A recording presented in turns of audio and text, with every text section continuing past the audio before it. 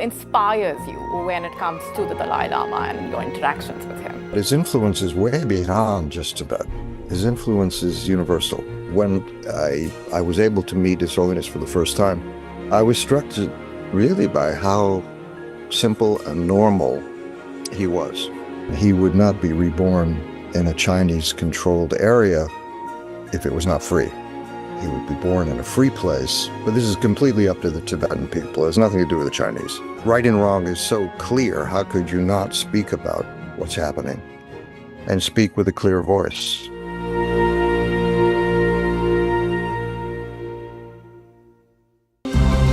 To bring the benefits of the Subhash Chandra Show to your educational institution, teachers and students, send an invitation to Juhi Jha at juhi@such.org.in.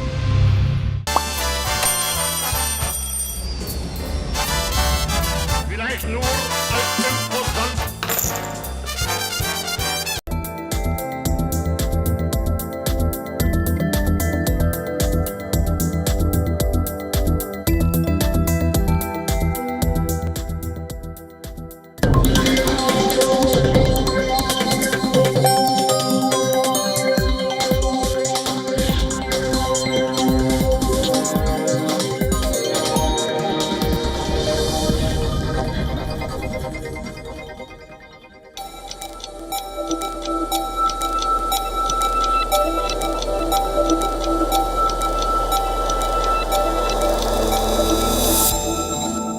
Hello and a very warm welcome. You're watching Gravitas with me, Raisha Said.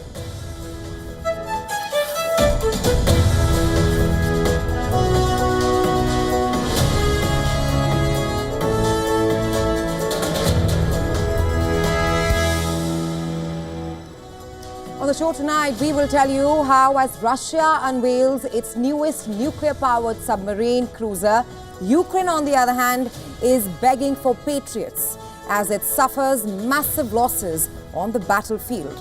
Also, in an exclusive interview to WION, Richard Gere tells us as to why he chose Buddhism. We'll get to the excerpts of that exclusive interview on the show tonight.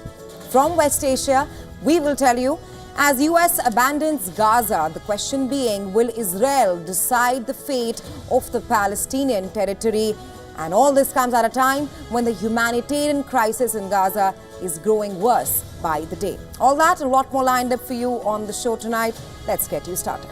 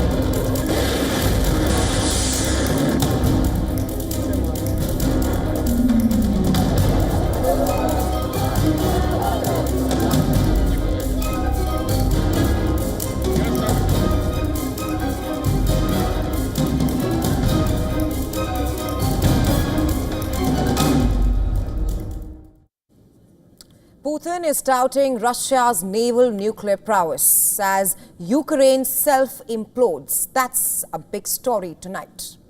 Russia is putting on a show of force the world cannot ignore. This week, the Russian President Vladimir Putin unveiled Russia's newest nuclear-powered submarine cruiser. It's called the Kenya's Posark Sea.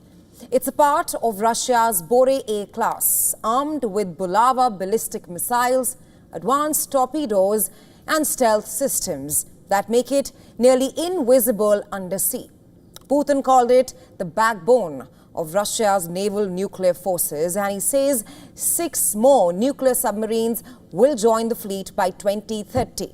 So the question being, is this just routine military modernization, or is this a calculated reminder to the West that Russia's nuclear shield is untouchable? I say this because while Putin was inducting this submarine, Russia was also flexing its naval muscle on a massive scale. More than 150 warships and support vessels, 120 aircraft, 15,000 personnel, all of that taking part in sweeping drills, codenamed July Storm. The drills span the Pacific and Arctic Oceans, the Baltic Sea and the Caspian Sea, a show of force across 4 strategic seas. In the Sea of Japan, meanwhile, Russia's flagship missile cruiser Varyag fired a cruise missile at simulated enemy ships. Missile boats launched Mosquito missiles and coastal defense units fired Onyx cruise missiles. All targets destroyed, all strikes recorded and broadcast to the world. So, who is this message really for? What is Russia trying to gain? Is it for the America and its allies? Or Ukraine, battered, exhausted, and fighting to hold every inch of the ground? Because as Putin showcased his naval and nuclear might, Russian forces continued their relentless strikes inside Ukraine. In Kharkiv, glide bombs rained down on residential neighborhoods. At least 33 people were injured, including a 28-day-old baby in the Russian strikes and 2 teenagers. Footage from the ground showed residents fleeing as thick black smoke rose from burning cars and shattered buildings. In Kherson, meanwhile, Russian airstrikes hit what Moscow claims was the Ukrainian army's headquarters. Soldiers and police officers were meeting there at that time when the Russian strike took place. Some tried to flee, but their vehicles were destroyed. If this is true, then it would be yet another blow to Ukraine's perhaps already vulnerable command structures. And as Russian missiles tear through Ukrainian cities, Ukrainian President Vladimir Zelensky is scrambling to strengthen Ukraine's defenses. He is now looking to secure funding for 10 Patriot air defense systems, which Kyiv sees as an important addition in its arsenal. As of now, Germany has offered to pay for 2, but can Ukraine find sponsors for the rest before it's too late? Sure, for the first time in months, there are hints of possible direct talks between Zelensky and Putin. Zelensky says Russian negotiators have begun discussing a potential meeting between both the leaders. The question being, is this a glimmer of hope or a sign of desperation? Because Ukraine is facing battlefield losses and strained Western support. And if that wasn't enough, a different battle is unfolding within Ukraine's own borders. This week, Ukrainians are rallying in Kyiv, demonstrating against anti-graft agency curbs introduced by Parliament and President Zelensky himself. Thousands took to the streets earlier this week. New measures handed greater control over Ukraine's anti-corruption bureau and the prosecution unit as well to a Zelensky-appointed prosecutor. Critics call this a political pressure in Ukraine. Some warned it could perhaps derail Ukraine's hopes to join the European Union. In response to the backlash, Zelensky reversed course. On Thursday, he submitted a draft bill to restore the independence of these agencies. He called the new bill well-balanced and said it guarantees protection against Russian influence in Ukraine. But will this calm public anger in Ukraine? As bombs fall, as Russia flexes its nuclear and naval power, and as internal dissent brews in Kyiv, the question remains, how long can Ukraine hold its ground against Moscow while keeping its own house in order? Or is Putin betting that Ukraine will crumble from the outside and the inside? Well, that only time will tell. Hollywood actor and producer Richard Gere, in an exclusive conversation with WION, speaks about why he chose Buddhism. In a freewheeling interview, he asserts that not China, only Tibetan people will decide who would be the next Dalai Lama. He says that it's easier to enter North Korea than entering Tibet. And further, he said that India has been a wonderful host and Tibetan people would not have survived without India's help. Watch excerpts of this interview of Richard Gere with WION's Molly Gambhir.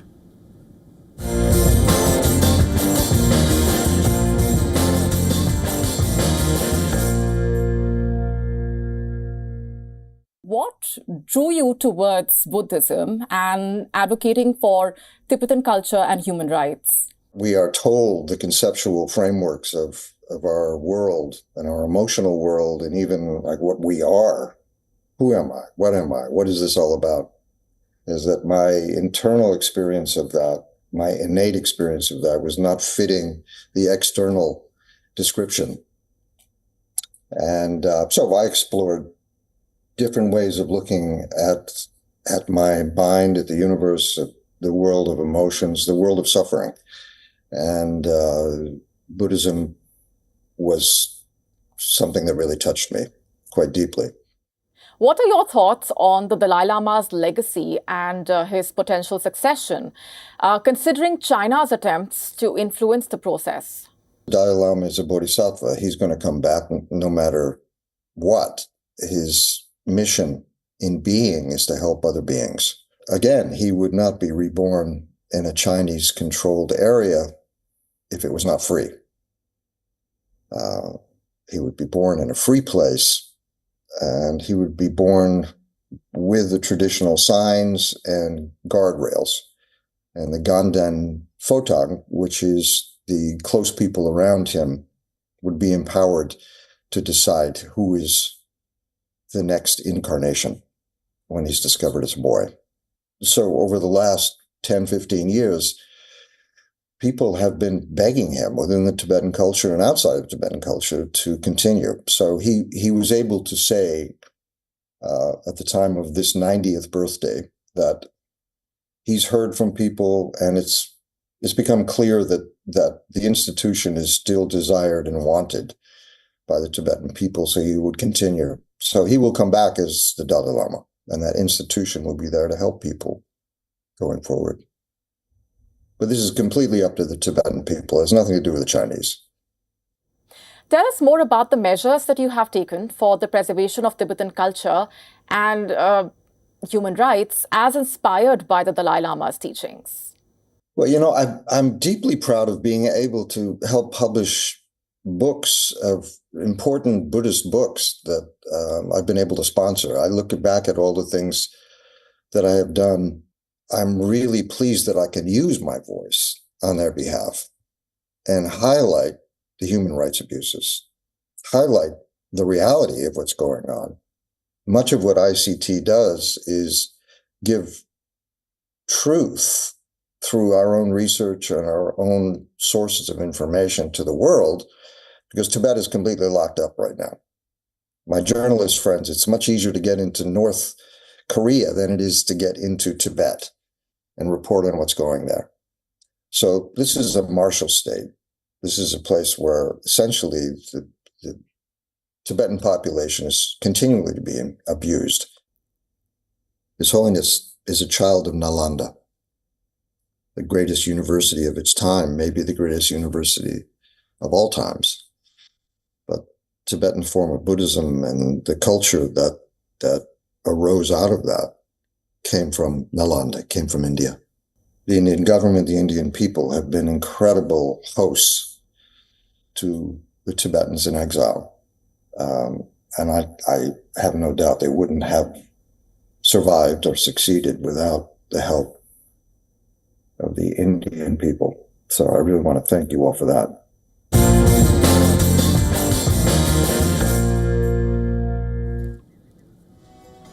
And don't miss to watch the exclusive interview with Richard Gere tomorrow, 7:30 p.m. IST, 1400 GMT on Saturday.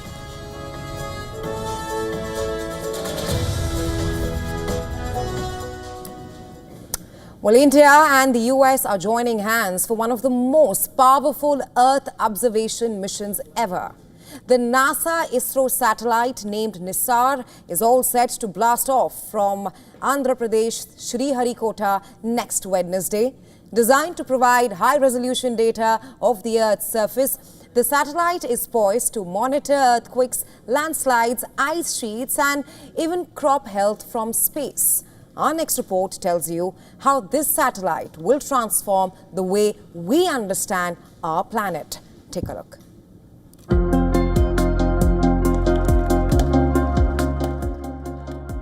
The Dinosaur satellite is ready on the launch pad. waiting to lift off on India's GSLV F-16 rocket. It is a massive $1.5 billion project, the most expensive Earth observation satellite in history. NISAR stands for NASA-ISRO Synthetic Aperture Radar. It is built to watch every inch of Earth's surface with incredible detail, scanning through clouds, darkness, and even light rain. Whether it is day or night, this high-tech satellite carries two powerful radar systems, one built by NASA in California and the other by ISRO in Ahmedabad. These radars can track the tiniest changes in the ground. NISAR will fly over land and ice every 12 days, which means scientists can keep a close eye on earthquakes, landslides, volcanoes, melting glaciers, and even the slow sinking of land near dams and aqueducts.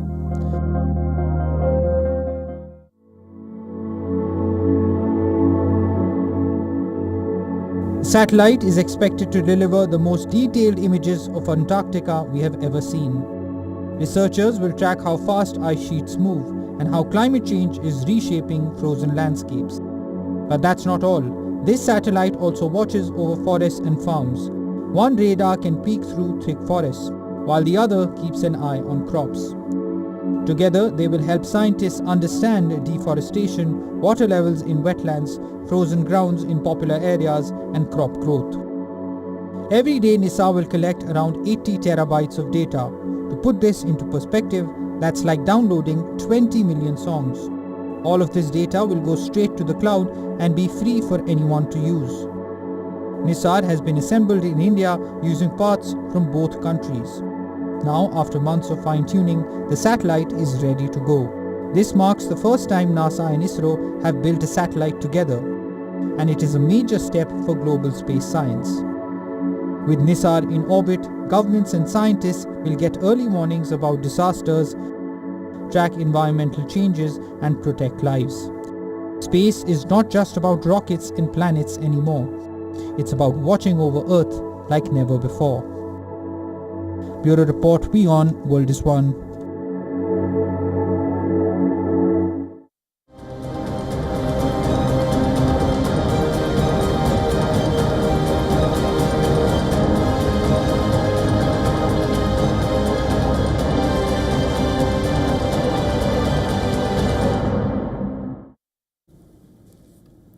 Ceasefire talks aimed at ending the war in Gaza have broken down, even as the humanitarian situation on the ground reaches catastrophic levels. Both the United States and Israel have now pulled their negotiating teams out of Doha, with Washington directly accusing Hamas of derailing the talks.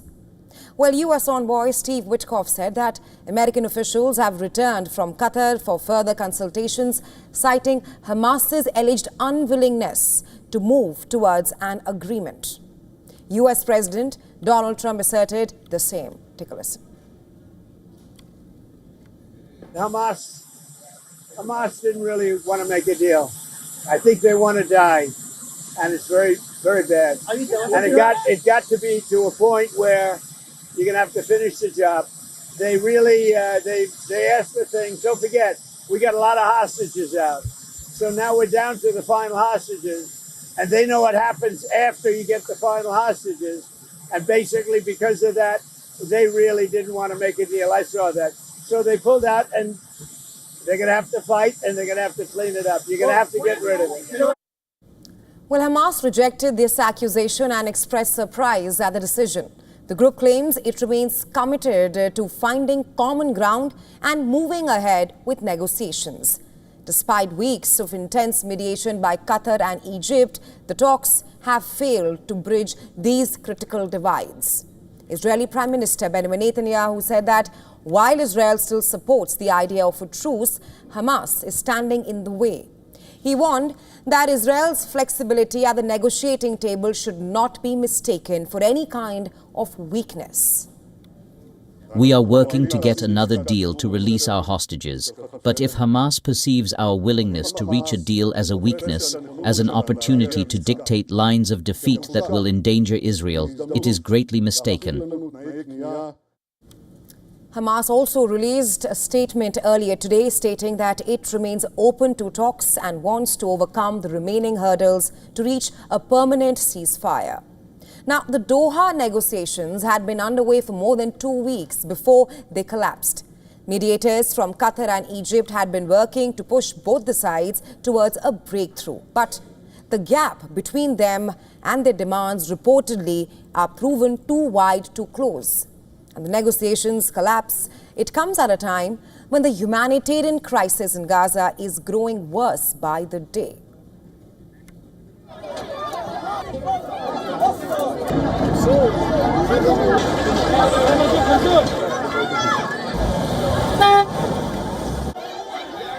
The United Nations and multiple aid agencies are warning of an imminent shortage of life-saving therapeutic food for children of Gaza. According to UNICEF, Gaza is on the verge of exhausting its supply of ready-to-use therapeutic food, an important treatment for children suffering from malnutrition.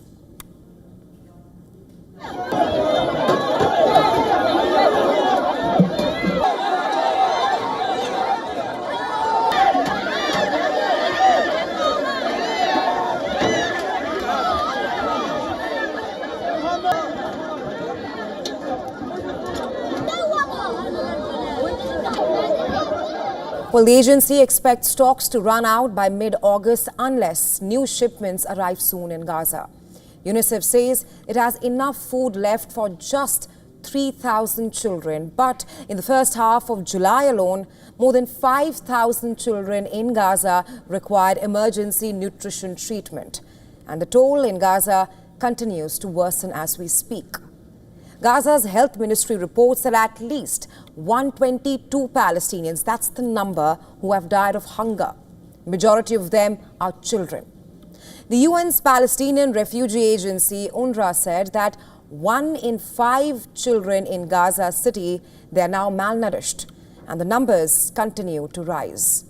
Israel, which controls all entry points into Gaza, denies imposing a blockade. It has repeatedly accused Hamas of mismanaging aid and blames the group for the growing crisis. In an effort to support its claims, the Israeli military took reporters to the Kerem Shalom crossing, where rows of aid boxes, as you can see on your screens, were seen waiting for distribution inside Gaza. As Israel insists that humanitarian aid is being allowed inside Gaza, but it is not being properly delivered on the ground. Amid all of this, the calls for a Palestinian statehood are also growing. French President Emmanuel Macron has said that France plans to recognize the Palestinian state during the United Nations General Assembly in September, expressing hope that such a move could help perhaps de-escalate tensions in Gaza and revive peace efforts. Not just Macron, UK Prime Minister Keir Starmer said that Palestinian statehood is an inalienable right and repeated his call for an immediate ceasefire as a crucial step towards a two-state solution. As of now, with no agreement in sight, growing humanitarian crisis and global pressure mounting, the situation in Gaza remains dire. Let's now tell you what else is lined up for you on the show tonight. It is day 2 of the Thailand-Cambodia conflict, with the Thai acting Prime Minister warning that the conflict can perhaps turn into a war.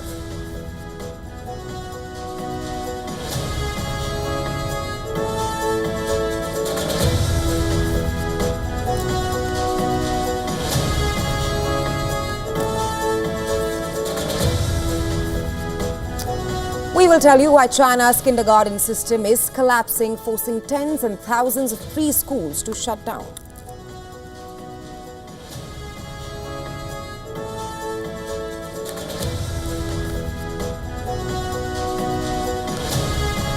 And finally, we'll tell you about a study which reveals that heartbreaks can lead to deaths.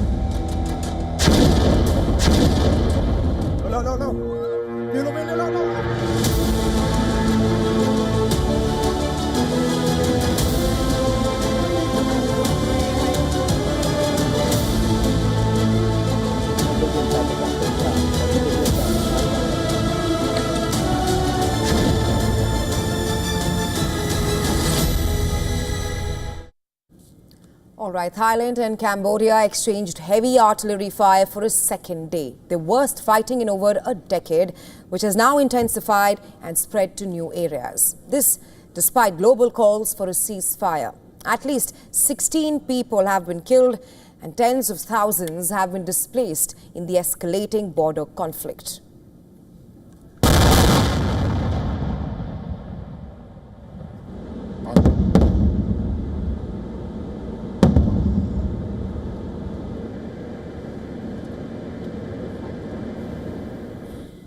Simmering border tensions between Thailand and Cambodia have flared into open hostilities at multiple locations along the front line. And these are the images of Thai army firing several rounds of artillery from Surin province, which borders Cambodia. Buildings in the province have suffered damage from artillery shelling from Cambodia as well. Thailand used drones dropping bombs to attack Cambodian military armies that is situated near the two countries' border.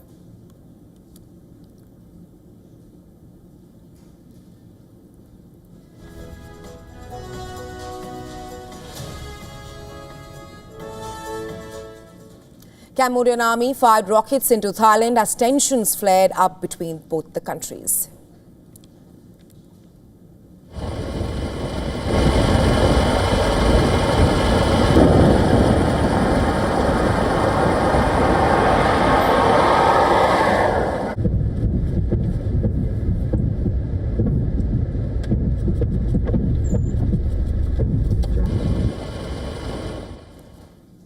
Well, the border conflict has led to mass evacuation on both the sides. Thailand says that 138,000 civilians have been evacuated from its border with Cambodia amid the deadly strikes.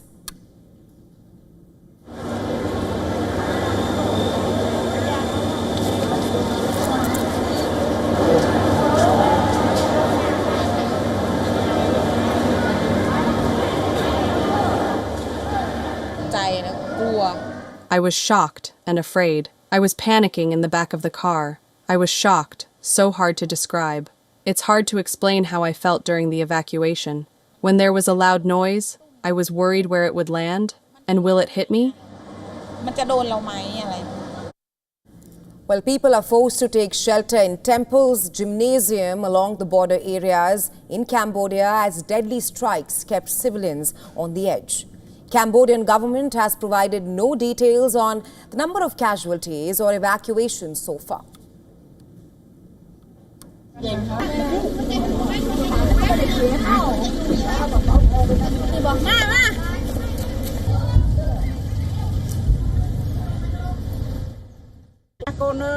I was so scared, shaking so much. I didn't bring anything with me, and then my son tried to pull my child's hand up onto the tractor. May I ask Thailand and Cambodia to negotiate a settlement as soon as possible so that I can return to my home and work on the farm?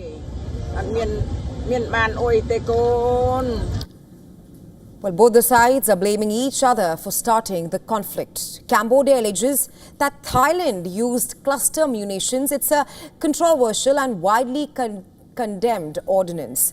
Cambodian Prime Minister says that key to resolving current conflict is Thailand accepting ceasefire. And Thailand, on the other hand, accuses Cambodia of deliberately targeting civilians. Thailand's acting Prime Minister warns that Cambodia clashes could very much develop into a war.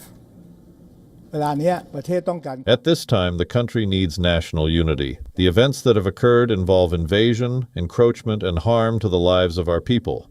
As I've said, the situation has intensified and could escalate into a state of war. For now, it's just clashes using heavy weaponry.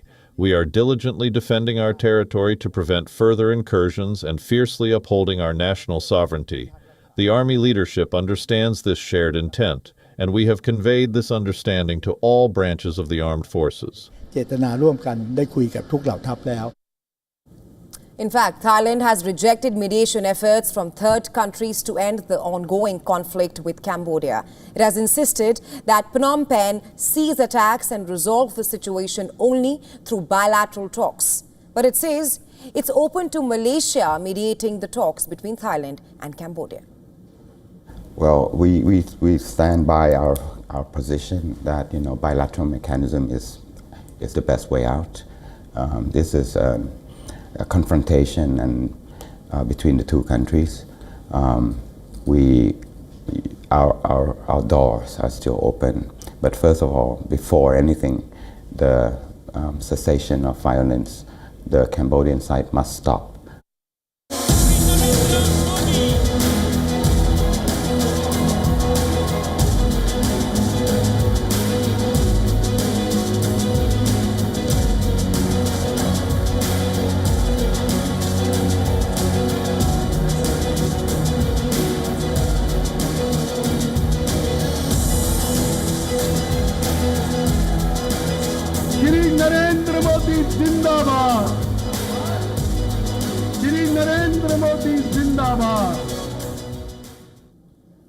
It's July 25th, 2025, and today Narendra Modi has crossed yet another milestone. He has surpassed Indira Gandhi to become India's second longest serving Prime Minister in an unbroken stint. Prime Minister Modi has completed 4,078 days in office, overtaking Indira Gandhi's record of 4,077 consecutive days. That's between 1966 and 1977. Only Jawaharlal Nehru remains ahead with a towering 6,130 days as the Prime Minister. But what makes Prime Minister Modi's journey so significant? From a humble political start in Gujarat to leading India for nearly a quarter of a century. Yes, 24 years. Prime Minister Modi first became Gujarat's Chief Minister in 2001. And since then, he has never lost power at the state or national level. He is India's longest-serving non-Congress Prime Minister, the first and only Prime Minister born after independence, and the longest-serving Prime Minister from a non-Hindi-speaking state. But it's his electoral record that truly sets him apart. Prime Minister Modi is the only non-Congress leader to win 2 full terms as the Prime Minister and the only one to secure an outright majority in the Lok Sabha on his own in 2014. The BJP swept to power with 272 seats. Then, in 2019, it did even better with 303 seats. And while the BJP fell short of a majority in 2024, it still emerged as the single largest party and formed the government for a 3rd consecutive term with its allies. And that's 3 national election victories back to back, a feat previously achieved only by Jawaharlal Nehru. Add to that is 3 victories as Gujarat's Chief Minister, and Prime Minister Modi stands as the only Indian leader to have won 6 consecutive elections as the face of his party. So what does all of this milestone mean for his legacy? Today marks a red-letter day in Narendra Modi's political journey. For his supporters, it cements his place among India's tallest leaders.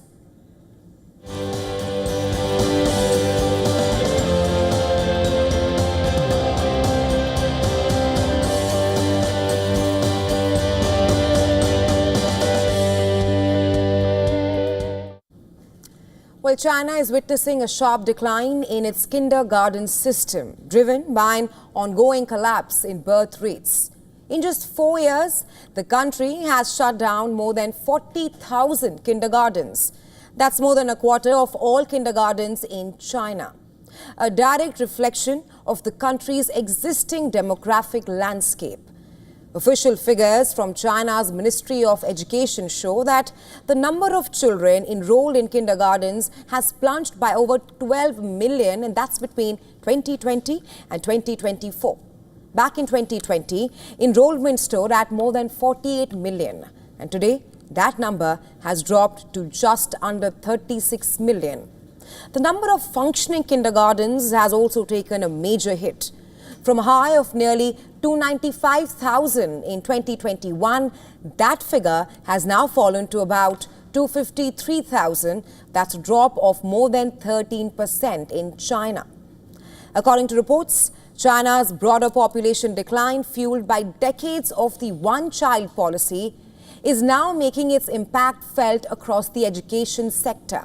Even though the country officially ended that policy in 2016, the effects continue to ripple through every level of society in China. The total number of births did rise slightly last year, reaching 9.3 million after hitting a record low in 2023. But that minor bump, partly credited to cultural optimism around the year of the dragon, was not enough to reverse the long-term trend. Deaths continue to outnumber births, and the birth rate has halved since its peak of nearly 18 million in 2017. So, China's population shrank for the first time in 60 years in 2022, with just 9.56 million babies born. The downward spiral continued in 2023 before a modest uptick last year. The population decline has become such a major issue of concern that the Chinese government is now planning to offer cash to families as an incentive for couples to have children.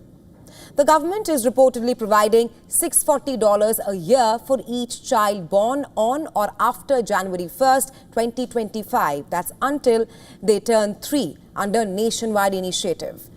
As demand for early education reduces, many kindergarten owners are repurposing the spaces now. Some are converting classrooms into care facilities for the elderly, perhaps a telling sign of the country's shifting age profile. China's education system clearly appears to be shrinking. Its future may just depend on how quickly it can adapt to a rapidly aging and shrinking population. Well, Russia has launched an Iranian satellite into space. The Soyuz 2.1B rocket took off from the Vostochny Cosmodrome, carrying Iran's Nahid-2 telecom satellite, along with dozens of other payloads. The launch marks another sign of growing space ties between Moscow and Tehran. Here are the visuals.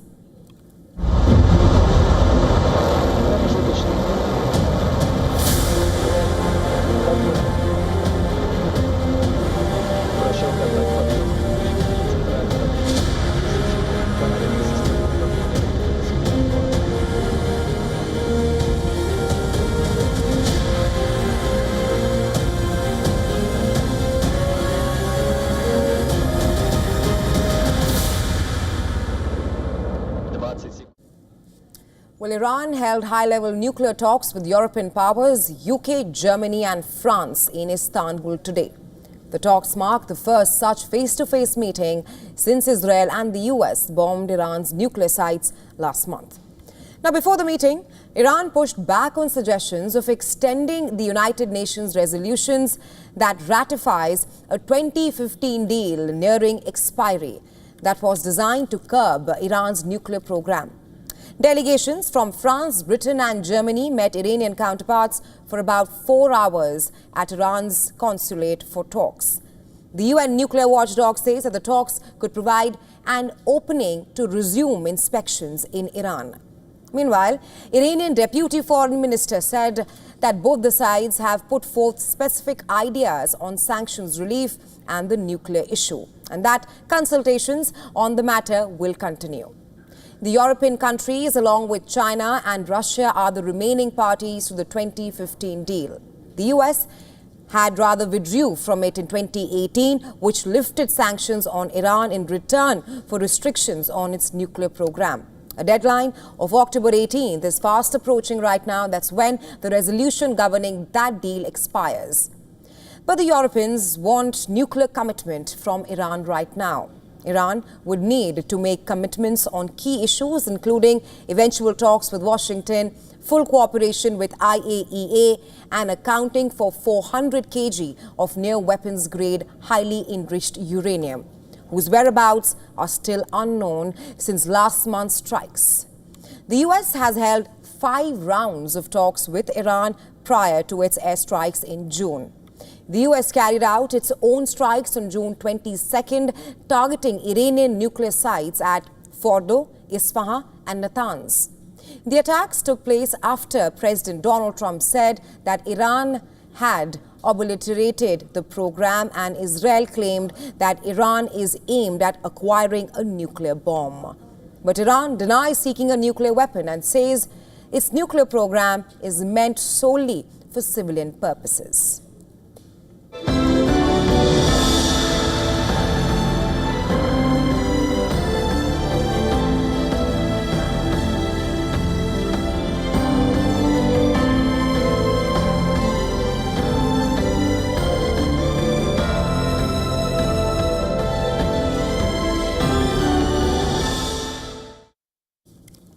Well, US President Donald Trump has departed for his first trip to the UK since taking the Oval Office for the second time. Trump will meet UK Prime Minister Keir Starmer during his visit. But that's not the only agenda for the trip. In an exceptional decision, the US President is also pursuing personal interests, and those private engagements are centered around golf. Trump departed Washington, D.C. for Scotland just a short while back, and the primary purpose of his Scotland trip is the opening of his new golf course in Aberdeenshire. That course will be dedicated to his mother, who was born in Scotland. Mary Ann MacLeod was born in 1912 and only left the British Isle for New York during the Great Depression in the 1920s and 1930s. The first golf course that Trump will visit this weekend will be in Turnberry, which is a world-classing golfing destination that he has owned since 2014. In fact, talks are on for the course to host the Open Championship, which is one of the 4 major golf tournaments. The course is officially known as Trump Turnberry. The last time Trump visited the Turnberry course, that was when he was met with demonstrators in the form of paragliders. And although this time as well there is bound to be some opposition to his visit, reports in the UK suggest that the local public will give him a grand welcome. But there is still a massive police deployment in Scotland for the US president. Now, this tour has been described as a private visit before an official state visit scheduled for September this year. Trump's love for golf is very well known. The sport has been a major part of his life and also his business empire. From swinging on the greens to even mediating between the 2 warring organizations in the sport, Trump has deep links to golf. And that is reflected in his vast golfing empire, which almost spans the entire world. Turnberry is just one of several high-profile golf courses he owns. Trump has a wide array of golf courses that he owns in North America, Europe, and even Asia. His portfolio also features various private clubs and resort-style courses. His course in New Jersey also hosts live golf events every year. It seems like his golf interests have not taken a backseat while he serves as the US president.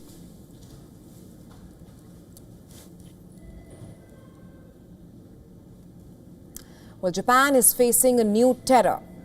Oshin Rikyo cult, which released deadly sarin gas killing 13 people and injured about 6,000 people 30 years ago, could now be making a comeback.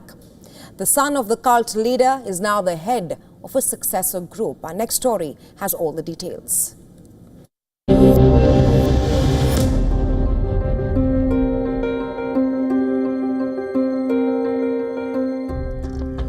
In March 1995, 5 bags filled with liquid nerve agent were left by members of a doomsday cult in Tokyo's underground metro train.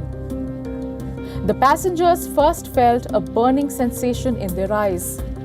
Soon, the magnitude of the attack unveiled. 13 people were killed and at least 5,800 were injured in 5 coordinated attacks on 3 train lines. Sarin gas was used in this deadly attack, the worst terror attack carried out on Japanese soil. Now, 30 years after the Tokyo subway sarin attack, Aum Shinrikyo's deadly shadow still lingers.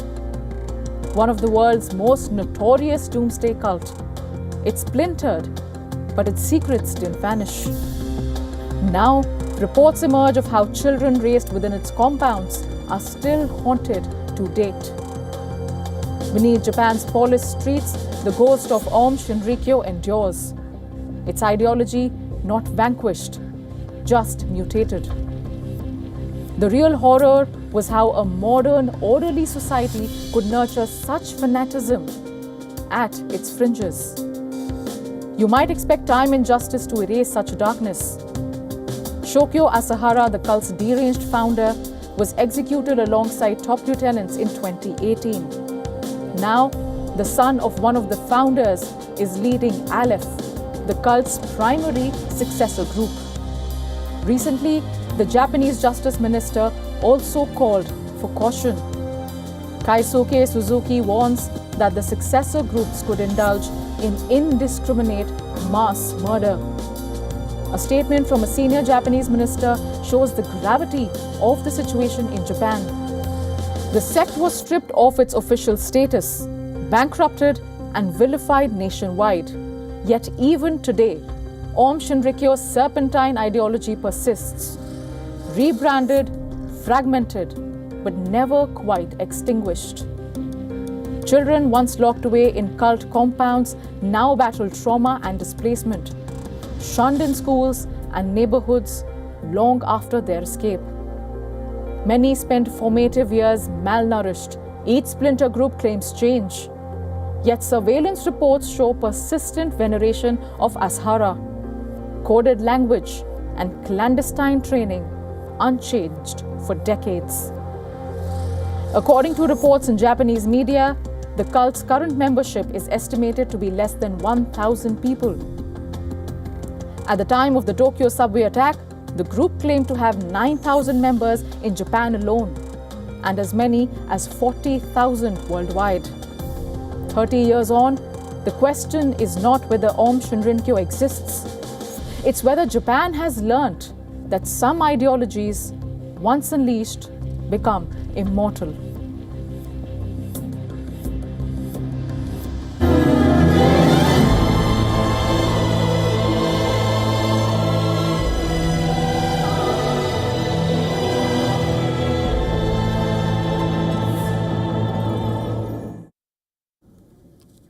Well, it may sound poetic, but it is real.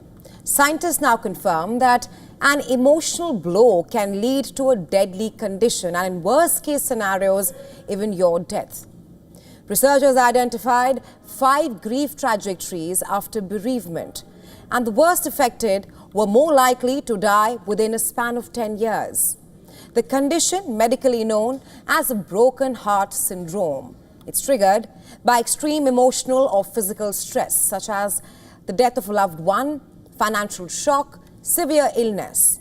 Now, the body in such circumstances floods the heart with stress hormones, which causes part of the heart to balloon and then weaken, and often mimics a heart attack, with chest pain, shortness of breath, and irregular heartbeat. Though, through the course of the study, researchers identified 5 grief trajectories. Number 1, persistently low levels of grief symptoms, which means that it was not like they were less upset by their loss, but that the manifestation of their grief had a less intense impact on their daily lives. Then second, high but decreasing grief symptoms. Thirdly, it's the lot that has moderate but decreasing symptoms again. The 4th grief trajectory, which has been identified, are the ones that started off with lower levels of symptoms, then increased and then peaked at around 6 months after their loss, before decreasing again. And the last group, the 5th grief trajectory, were classified as having high grief symptoms that remained persistently at elevated levels without showing any signs of decreasing. The study reveals that those in the highest category of grief were more likely to have died within 10 years than those compared in the lowest category of grief. Yes, we do know that intense grief or shock can truly break your heart. While some recover within weeks, months or years, for many who are never able to recover, the consequences can be fatal. A broken heart is more than a metaphor. It can be a life-threatening reality. And if you know someone who is struggling with grief or overwhelming stress, reach out for support. It may be life-saving for them.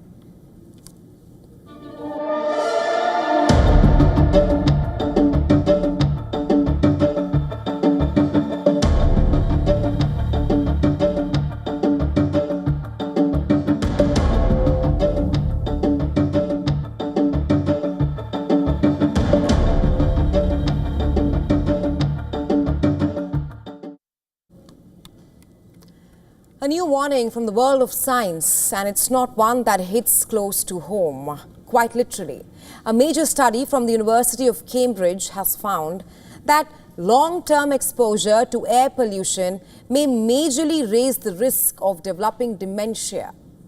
The findings shed light on yet another invisible threat hanging in the air around us.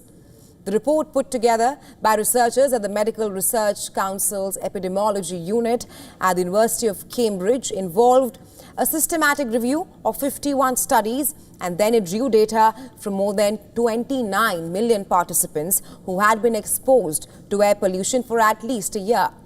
The research found a strong association between fine particulate matter and cognitive decline.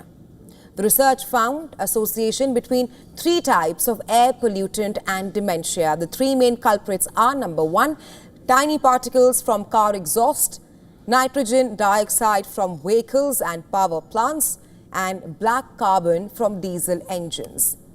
When inhaled, all these pollutants can penetrate deep into lungs and are associated with various respiratory diseases.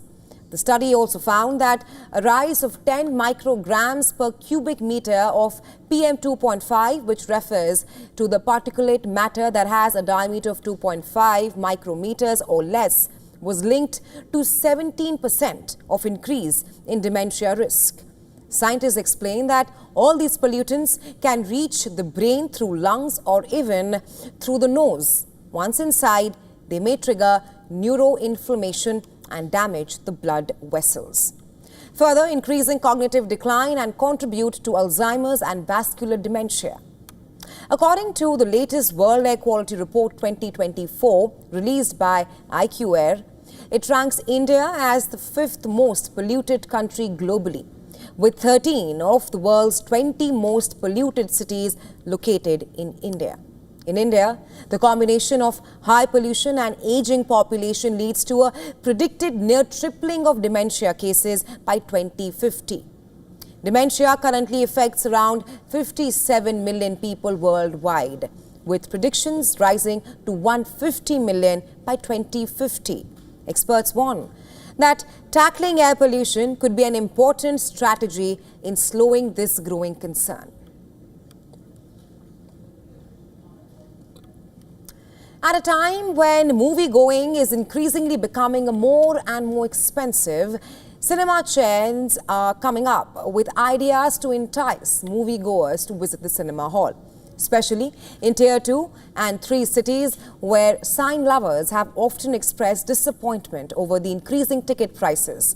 Theatre owners are now relying on different approaches to get audiences back to cinemas.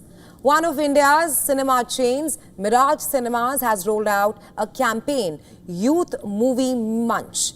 It's targeted at Gen Z audience who are always on the lookout for affordable outings. The scheme is simple. Any student who can present a valid college ID can get a free small popcorn. Another campaign aimed at attracting movie footfall is Tasty Tuesday, where moviegoers can get tickets and snacks at a lesser price. Notably, several other theatre chains, including Inox and PVR, are offering a similar kind of midweek draw, referred to as Blockbuster Tuesday, wherein the movie tickets are priced at $1.1 or $1.78. All this seems to be a part of a larger trend, where theatre chain owners are trying to get the middle-class audience back to the big screen. As concerns grow over expensive tickets and snacks, which continues to loom, it remains to be seen if such campaigns can bring a sigh of relief for theatre chain owners. In France, a dinosaur treasure trove is revealing new prehistoric secrets. In the southwestern commune of Angers-Charnette, volunteers are unearthing fossils dating back 140 million years, from giant sauropods to ostrich-like dinosaurs. But they're still on the hunt for one missing piece: the skeletal remains of massive carnivorous dinosaurs. Take a look.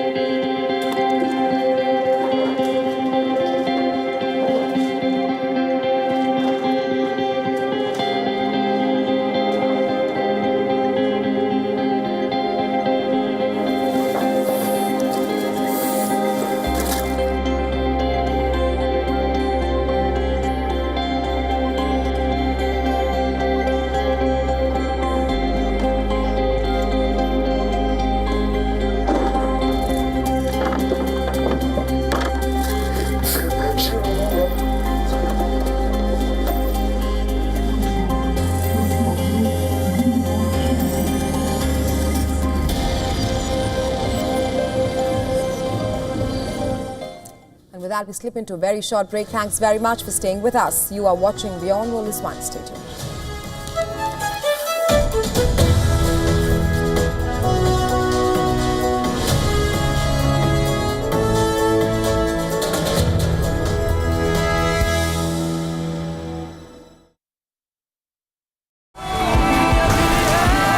As Indian film Sayara creates waves on the internet, meet its filmmaker Mohit Suri.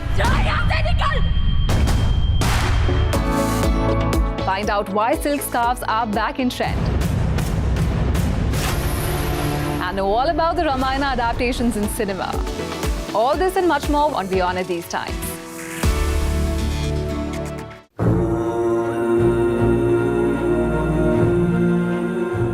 Buddhism was something that really touched me quite deeply. What really inspires you when it comes to the Dalai Lama and your interactions with him? His influence is way beyond just Tibet. His influence is universal. When I was able to meet His Holiness for the first time, I was struck really by how simple and normal he was. He would not be reborn in a Chinese-controlled area if it was not free. He would be born in a free place, but this is completely up to the Tibetan people. It has nothing to do with the Chinese. Right and wrong is so clear. How could you not speak about what's happening and speak with a clear voice?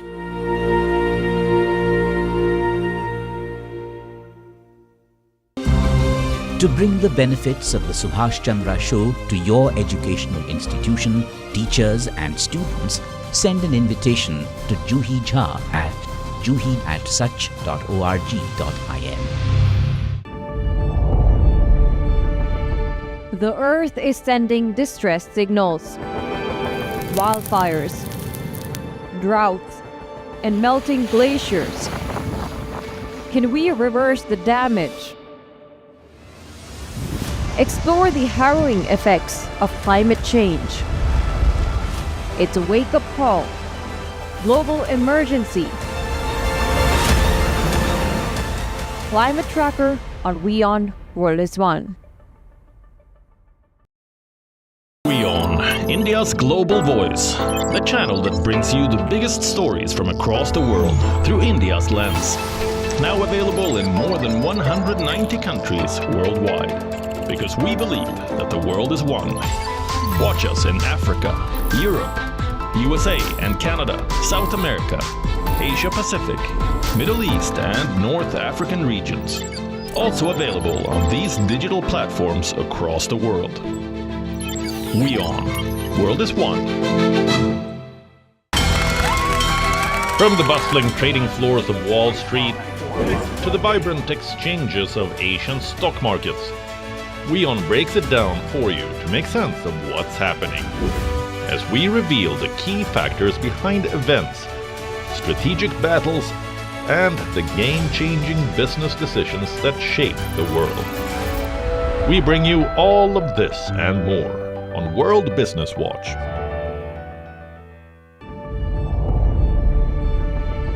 The Earth is sending distress signals. Wildfires, droughts, and melting glaciers. Can we reverse the damage? Explore the harrowing effects of climate change. It's a wake-up call. Global emergency. Climate Tracker on WION World is One. To bring the benefits of the Subhash Chandra Show to your educational institution, teachers and students, send an invitation to Juhi Jha at juhi@such.org.in.